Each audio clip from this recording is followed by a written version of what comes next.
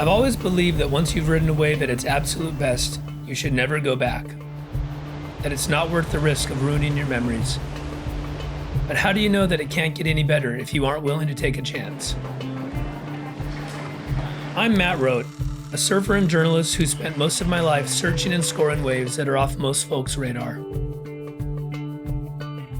On this trip, we were chasing a hollow beach break that I'd stumbled across 3 years before, a spot that doesn't break very often and that's pretty hard to get to.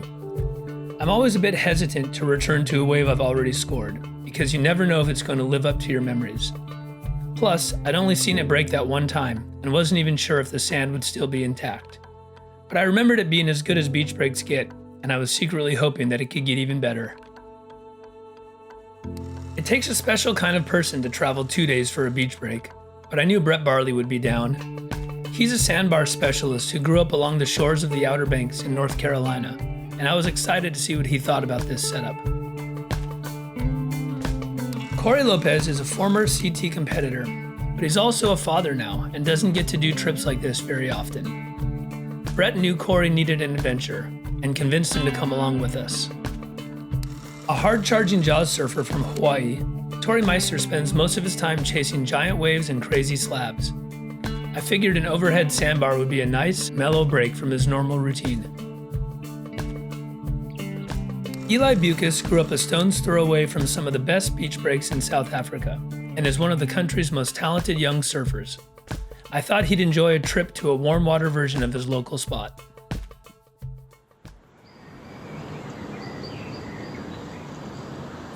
Been kind of a big mission to get here, especially some of the crew have probably done 3 flights, maybe like 36 hours of travel to get here, and we're still not there yet. Like 15 or 18 hours of flights, we still have to do a boat ride, and pretty interesting to see what happens.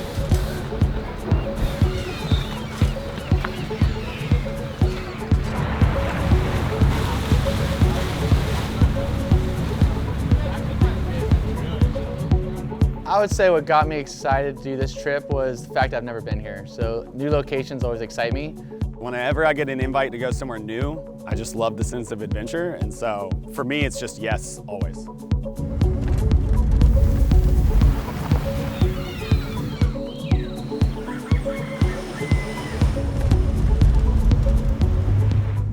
The place we were gonna stay that was supposed to have 8 beds has 4, and there's 9 of us. So we're homeless and on the hunt.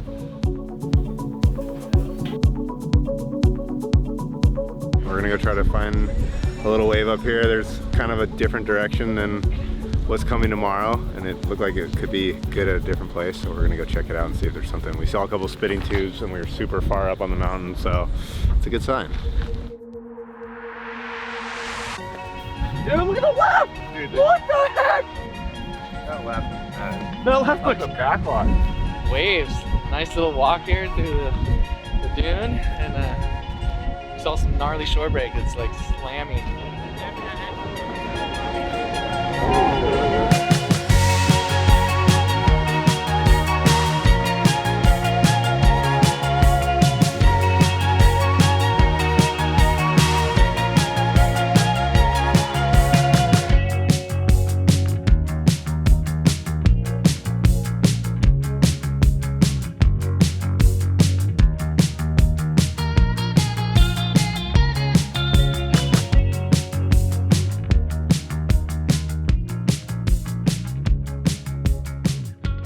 I think the wave in general pretty much exceeded my expectations. I thought it was going to be, well, I actually didn't know what to expect, but I didn't expect this, to be honest. Wanted to get down here and look at it, and we got down with like 45 minutes left, and the first thing we see is just 2 wedges barf and barf another one, and everybody's freaking out.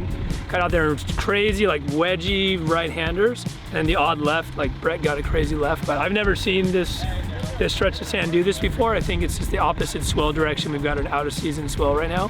Kind of a bonus. We didn't expect that. Our apartment ended up being too small to fit the whole crew, so we split the group up and moved into 2 houses. The town was eerily quiet once the sun went down, and we headed to bed early, knowing that we'd be up at 5 the next morning. When we woke up, we saw that a fresh swell had filled in and knew it would be a marathon day. We fueled up with eggs and coffee before loading the trucks and driving down to check the sandbar.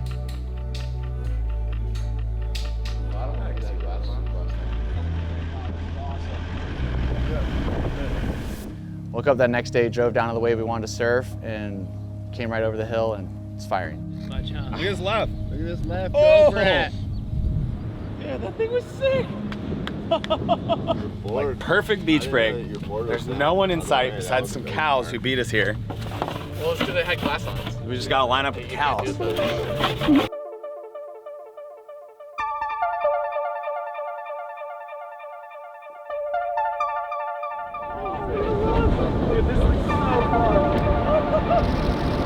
Oh my God!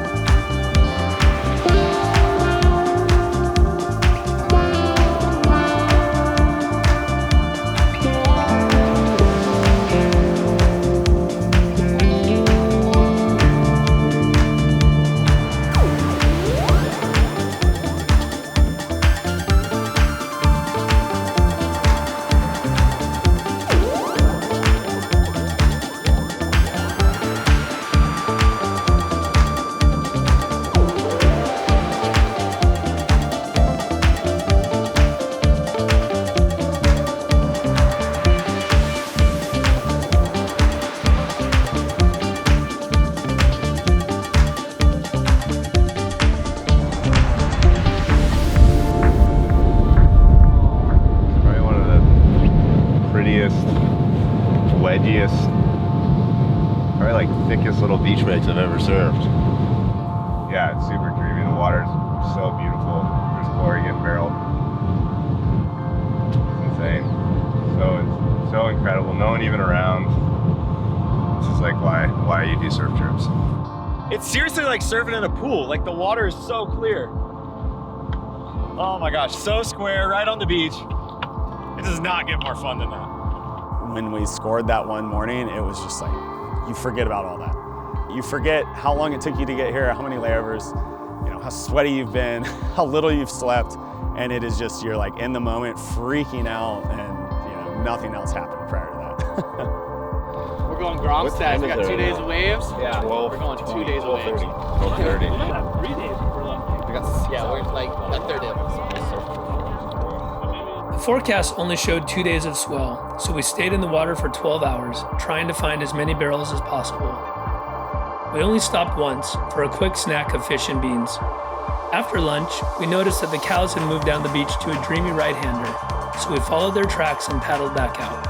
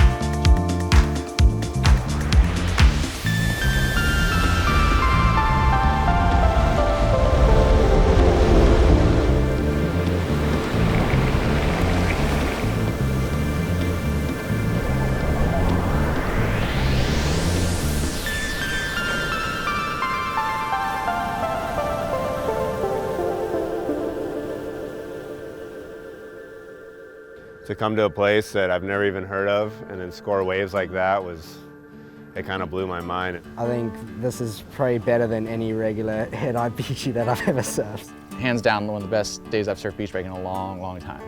We had a blast. There were only 3 restaurants in town, but a local had told us that one of them had a great fish plate. After a 12-hour session, just about anything tastes good, but there must have been something special about the recipe, because we ended up eating there every night. We'd come in, crusted with salt and cooked by the sun, and Cory would do his best to order a variety of dishes in the local language. But we always just ended up getting the fish. The waitress was patient with us though, and the food was delicious. Just as much of an appeal to me is the local town here and the people. You know, they're so kind and open to everyone and very welcoming and also very mellow. Like, things are really slow and laid back here. And I really love that, and I love the sort of the mix of culture here and the architecture. Just everything about it it's very colorful, but at the same time it's sort of subdued, and it's got kind of a weird contrast. But yeah, I just love coming here, and I'll for sure be coming back many, many more times.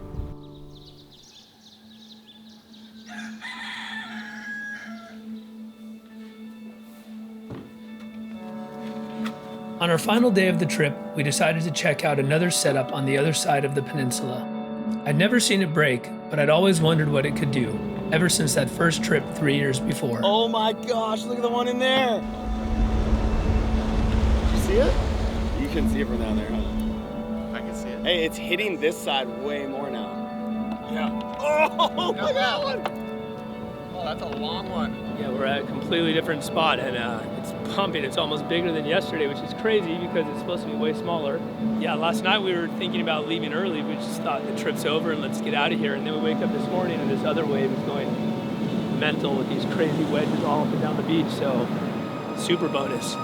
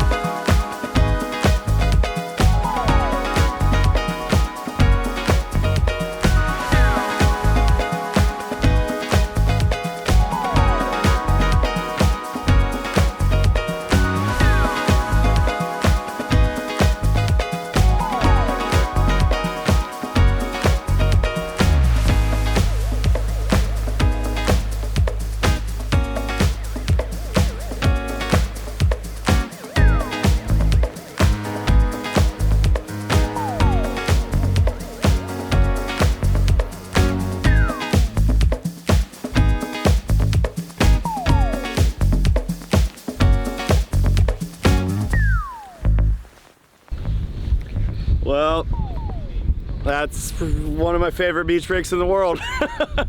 Everything you want. Left tubes, left air sections, right turn sections, roping rights. I mean, that was crazy. like a skate park or something, you know? Like if you were gonna have a skate park for surfing, that would be the perfect wave for it. And it's just all this weird stuff was going on and energy, and it was really cool. I'm very surprised and stoked on what we got on this trip. We've scored the last 2 days in a row, and then kind of pleasantly surprised that today we just went to another spot and the waves were pumping. Like we were, you know, as soon as we were pulling up, we could like see in the distance offshores and peeling lines and spit, and it was like, oh, it's on. Really good time. Everyone's stoked. I'm beat down. I'm in pain. Trip's over for me, man. I'm done. For me, the best part of the trip was the first day. When we showed up and the beach break was exactly as I remembered it. I hadn't made it up in my mind. You know, sometimes I question myself a few years later, and I'm telling guys like, hey, let's go to this spot, and then I think, you know, is it really as epic as I remember it being? Coming back and seeing it, it's almost like nothing's changed. I talked to the locals and they said no foreigners have been here since I was here 3 years ago, you know, and we show up in the sandbars exactly the same or maybe even a little bit better, and the swell is exactly what I expected, maybe even a little bit better. And to see that happen for me is like very gratifying, and then to see the crew that we brought, who were probably pretty nervous, like trusting me on this one, and they're just like, they're more excited than I am because they're like, holy crap, this is the best beach break we've ever seen. It's pretty satisfying to make a call like this that's this big and actually score. When the waves did what they did the first day, I was like, this is as good as an overhead beach break gets that I've ever surfed in my life, you know? You know, it's wild to just be sitting there looking at all these spinning waves up and down. You know, as many waves that we've caught, more have gone unridden.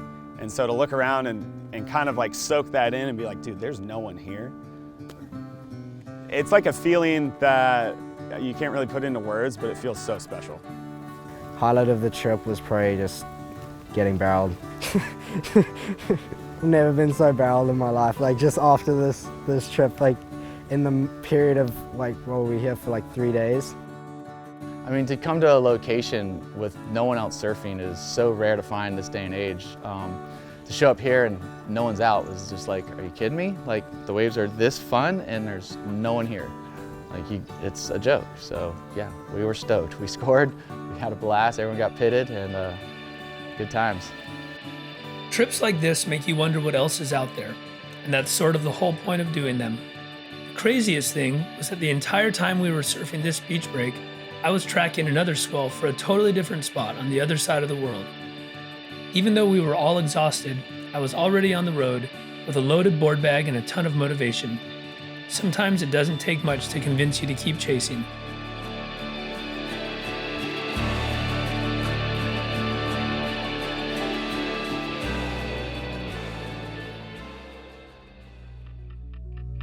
I don't know where I am in the world right now. It's like day 3 of travel.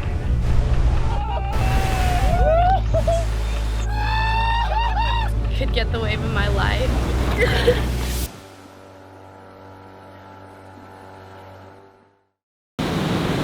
Wow, yeah, right. It just went onshore. No! It was nuking. How did it just go onshore? Maybe it's offshore over there. Let's go. Because I said it was better in Virginia Beach. Oh! We need to be more like YouTubers. Brett, how do we do this? It was straight up white capping this way. Now it's white capping that way. It's under attack. Hey, you know, the good thing is if it keeps swirling, a couple more degrees, I see offshores right here. I'm telling you, I'm not lying about that. Now it's offshore there. There's no waves over there though. It's airwind for rights now, look at it. Oh, now they're excited. Cory's over it. I don't know, it's kind of bad. 10 minutes ago. Look at these errors. Left air wind. This is crazy. Thank God I didn't do this yesterday, huh? Oh my goodness.